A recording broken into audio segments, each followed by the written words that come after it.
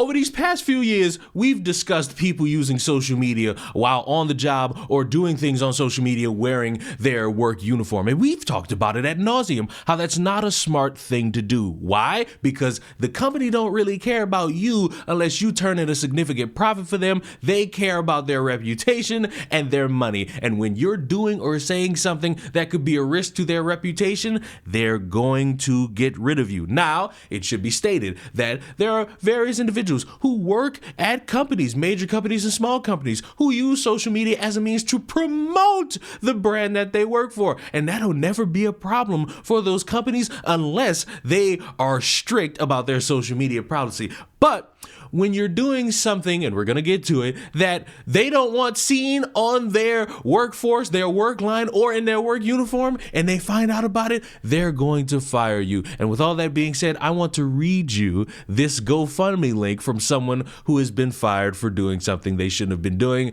in a work uniform. Support a wrongfully fired flight attendant. I never thought a single moment would cost me everything. I worked as a flight attendant for Alaska Airlines, terrible airline, for over 6 months. In between those 6 months, both my English bulldogs died unexpectedly. My relationship was rocky because of the time I spent away, but I loved my job, meeting new people, seeing the world, and creating a safe, welcoming environment for passengers. It wasn't always easy, but I was proud of what I did. Although this was my dream job, I was using the income to fund my blossoming lingerie and dessert business named Caken's Cake and Figure 8 Lingerie. One day during a layover, I posted a lighthearted video on my personal social media account. It was a harmless clip that was recorded at 6 a.m. while waiting 2 hours for pilots. I was also celebrating the end of probation and making it out of a hard upbringing in San Francisco, Carolina. Life, something many people in the industry could relate to.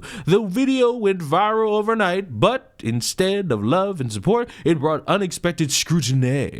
Although it was a poor decision on my behalf, I didn't think it would cost me my dream job. My employer accused me of violating their social media policy. I explained that the video wasn't intended to harm anyone or the company, but they didn't want to listen. Without warning, they terminated me. No discussion, no chance to defend myself, and no chance for a thorough and proper investigation. Losing my job was devastating. I've always been careful about what I share online.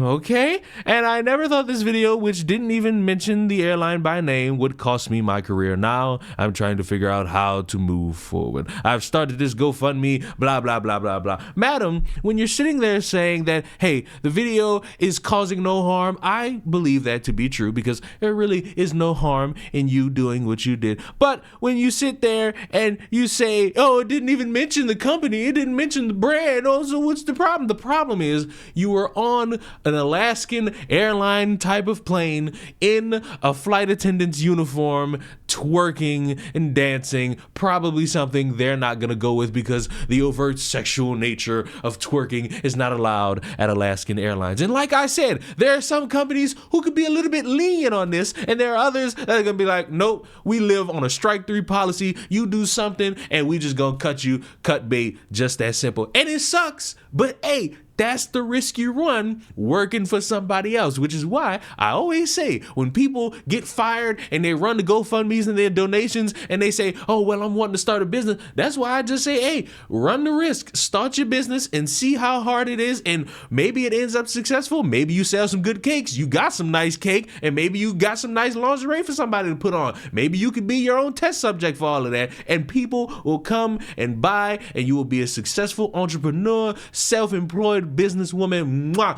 the sky's the limit. But as long as you working for somebody else on their dime under their employment contract, you gotta follow their rules because even the slightest thing will get you fucked over. The slightest thing will make it to where you are without a job. And yes, all of the circumstances of your life are sad and it's very unfortunate. And I'm so happy that you were able to achieve your dream for about 6 months. But bitch, can you stop thinking that the world is just gonna favor you in that nice little little oyster, you clam of a motherfucker. It ain't that deep. It ain't that hard. It ain't that much of a circumstance. I still don't know why people just throw money at every single thing instead of rationalizing that, hey, maybe you should save a little bit of your money. Maybe you should try to make sure that you have a stable, ready, able to access income. That way, if something happens, you're able to tap into those savings. I don't understand why everybody just throws things at the wind. But you know what? Maybe I'm just a heartless bastard. And you watching this, you want to give me all your shekels. And I would not be sad about that at all. Bills? You're paying bills? No.